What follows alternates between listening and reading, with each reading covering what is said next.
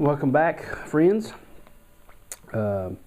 As you can see there, I was making some seventh chords and dominant chords, and this lesson is going to be about kind of spicing up your dominant chords a little bit, alternating them just by a little bit here and there to make them sound better. Now, dominant chords, in case you're not familiar with them, they're mainly used I use them mainly for two purposes, okay? One is blues. You know, you get nice bluesy sound if you start a song with a, instead of just like if I had a song in A, if I started it in A7, and I wanted to go to another bluesy sound, I would go to D7.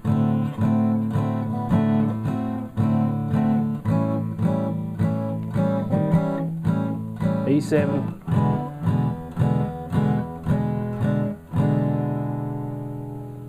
okay, so I'd have all these different variations of the chords.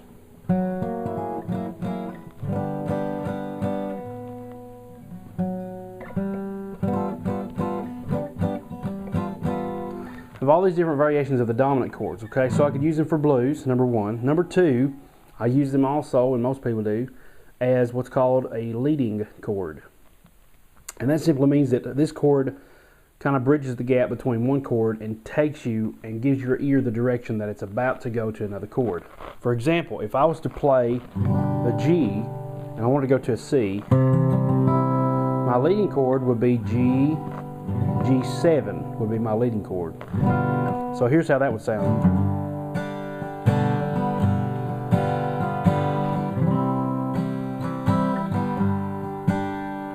And the dominant chord usually functions to lead into your 4 chord. G is my 1, C is my 4, D is my 5. So I would never, I don't think I ever have, used a G7 to lead into a D chord.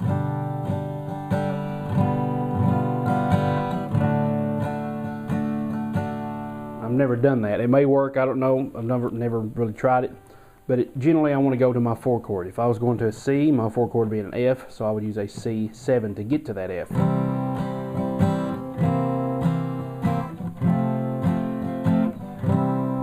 Okay.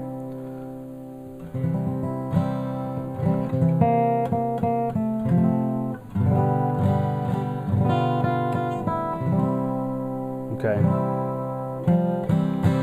All right, so that's two functions of the dominant chords. I'm sure there's many more, and the ones that I'm going to play right now, I'm not going to sit here and dissect them and tell you what the exact name of the chord is. Just think of it as a variation off the main dominant chord that we're going to play, because it would take me a while to sit here and dissect all this stuff. And I know you don't have that kind of time, and I don't have that kind of time. I want to make sure that you learn some of this stuff, okay? So let's just start with a simple D7, all right? And so I could use this D7 if I wanted to use it from going to a G. I could use the dominant chord of the D7 in place of my 5 chord. So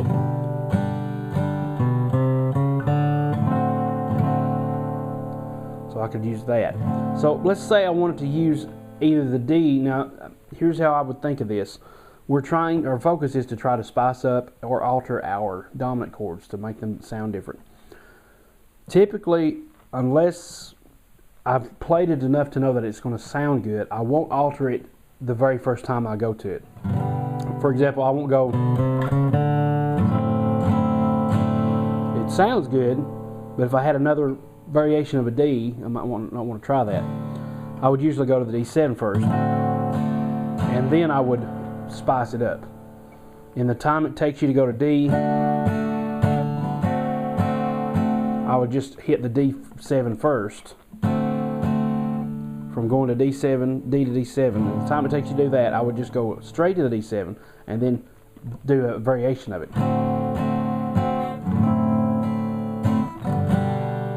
Okay, so that's one way you could look at it. So when going to a 4 chord, we use that key's 7th chord. G going to that C is G7, goes the C. Or I can use that C7 as a substitute. Then when I go to the D7, to the D, excuse me, I can go to the E7 instead. I'm hoping this is not confusing you. I'm trying to explain it the best I can. So let's experiment with altering these chords. For the D7, one of the good ways to do this is you can add your pinky here to give it a suspended sound. Typically I would leave my ring finger down because I could do this. So instead of going up and down, I just leave it anchored there. Okay, so that's one way. So that's just like playing a D, suspended. So another way is suspended D here if you played your D7 with the open E. Typically, whatever you do, like suspended wise, if you play a D suspended here or a D suspended here, you can also get away with playing the A7 suspended version of that. And from there, I'll usually add my my thumb somewhere on that 2nd fret, that F sharp note of the E string. Because that is my 3rd, D, E, F sharp. It's this note.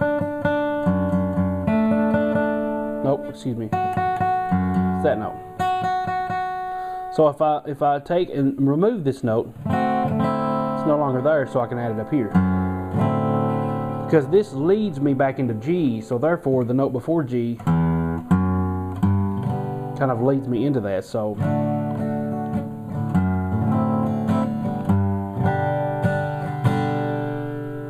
okay. Now another way to play that D7, you could, the 7th note is very important, so you wouldn't really want to lift that note because it takes the 7th quality away. You can even make it that open G. It's kind of dissonant sounding, but you could try it and see what it sounds like. Or maybe even. So experiment with all these different things you could do.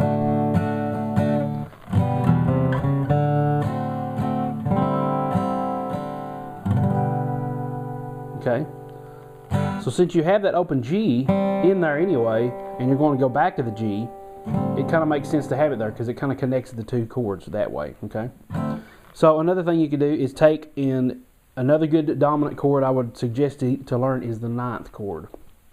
In this case will be D9, and all you have to do is go to where the D note is on the 5th string. That's the 5th fret on the A string there. Play it, these 2 notes like you would a C note, the first 2 notes here, or a G. And then you're going to take, and this may be hard for some people, but you're going to take and you're going to bar your ring finger down here on the rest of the strings, the last 3 strings at the 5th fret. So that bar is going to be on the same fret that your middle finger's on.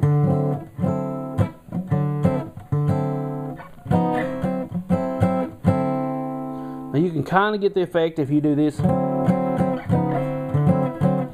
I really like that added high note there.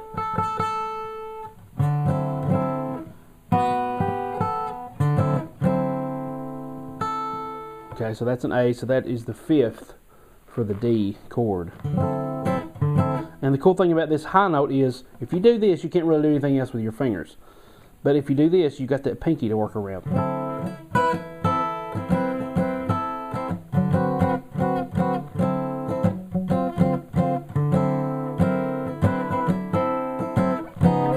Scoot it back and forth, scoot it up.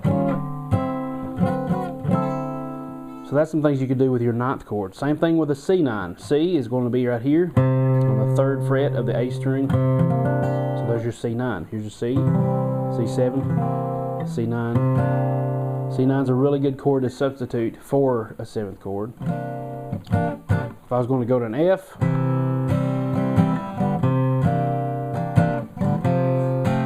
I would use that. A lot of people like Stevie Ray Vaughan and some other people, Tony Rice even uses the 9th chord. Sometimes you'll see Tony Rice when he's playing a D, he gets to a D. He'll do that with his pinky. Well, that's the chords of the D9, because take this, substitute that with your ring finger. It's just easier to play those 3 notes at once than to come over here and play the whole chord for him, I guess. So that's a good little tip there for you. Another thing is the C7. Let's try mixing with that one. Here's the C7. Let's lift our middle finger. Okay. That kind of sounds funky a little bit. We could take and put, let's see. Let's take and substitute that finger with this finger, move these fingers in place. Put these with it. So now we have a pinky free we can work with and do something with it. That's on the E string, the B string. That's part of a 9th chord, C9. But now we have that open string adding is another suspension.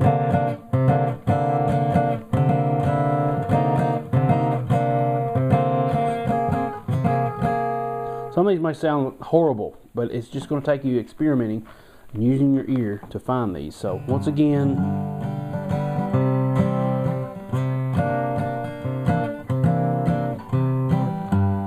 experiment with substituting those into other chords and learning those. Now, one little cool little idea of playing a 7th chord here on the bottom 4 string, is we would find for, like, say, if this would be for like a 6th string chord. For example, if this is G or A,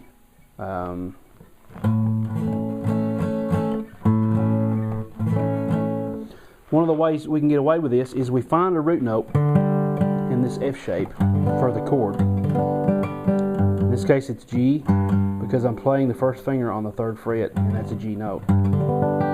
So my next root note is here on the 5th fret of the D string. What I'm going to do then is make this shape to play a G7 here. I can also go up here, put my middle finger on the root. Now once again, I am still playing that shape there, the same shape we play for G, same shape we play for C, but with these 2 fingers. A little diagonal shape. The string that you're starting with, and then 1 string down and 1 fret back. That little diagonal shape. I'm going to start with a root note on the D string. This is very important. It's got to be on the D string. Play that shape. Now play the exact same shape, but with these 2 fingers. So the pinky is going to come first on the B string at the 6th fret, and the ring finger is going to come there on the E string of the 5th fret. And that's a good way that a lot of bluesy players play the blues.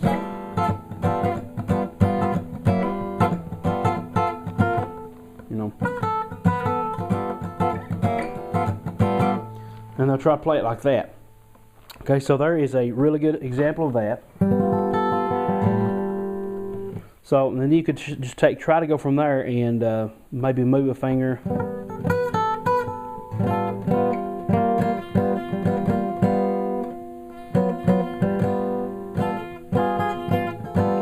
So there's really not much you can do with these fingers except lift the pinky up and hit the 2 frets over from the 5th fret.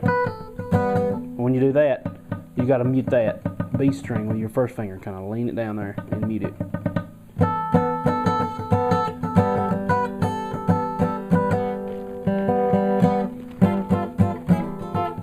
But that kind of eliminates this, because this is your 7th note for a G. So that's the F note.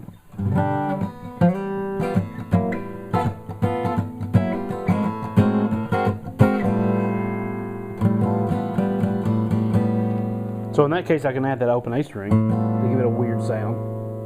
Okay? So that kind of gives it a suspended sound as well. Okay, so that's pretty much it. So that is once again, the D string is where your root's going to be for the F-shaped chords.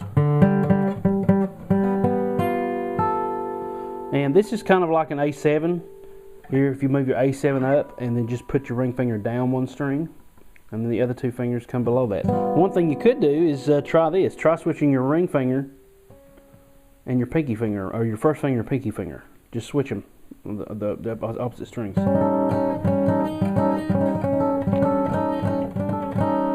Now that sounds totally weird. It sounds kind of like an augmented chord or something like that. It is a type of a diminished chord, because you got a diminished fifth here.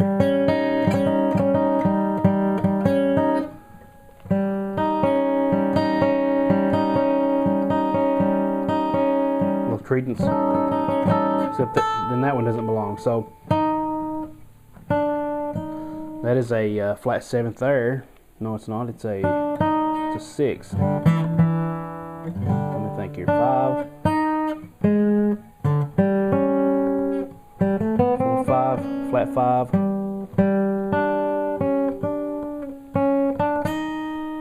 So that is a. I said I wasn't going to analyze this, but I am.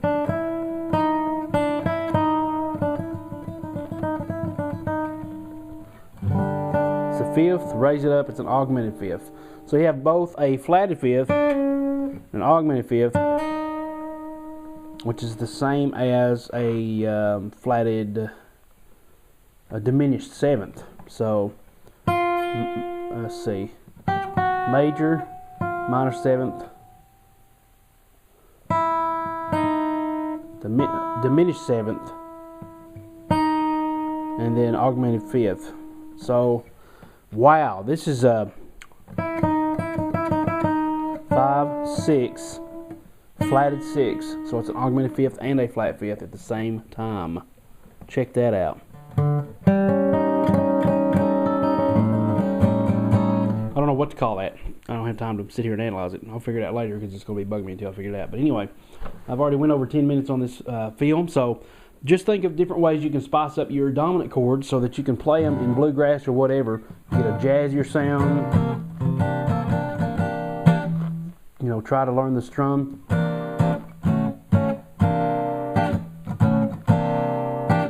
Well, one of these days I may do a video on playing rhythm and muting.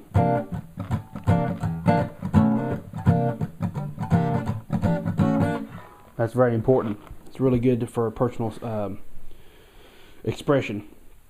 Okay, so there is that video, and I'm going to call it quits for right now, and I hope to see you guys again soon. Please subscribe to my channel.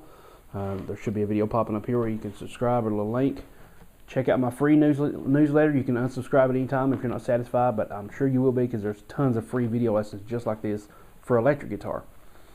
And also check out my website, www.secretsoftexasbluesguitar.com. Okay, if for some reason I forget to put these links here, go to my website and you can find more about it, and you can click on subscribe somewhere around this video and subscribe to my channel. So that's that. Enjoyed teaching you guys. I hope you learned something from it, and I will see you on the next video. Thanks so much. Tell your friends about it if it's made a difference to you. I know it'll make a difference to other people. So thanks a lot, and God bless, and I'll see you next time.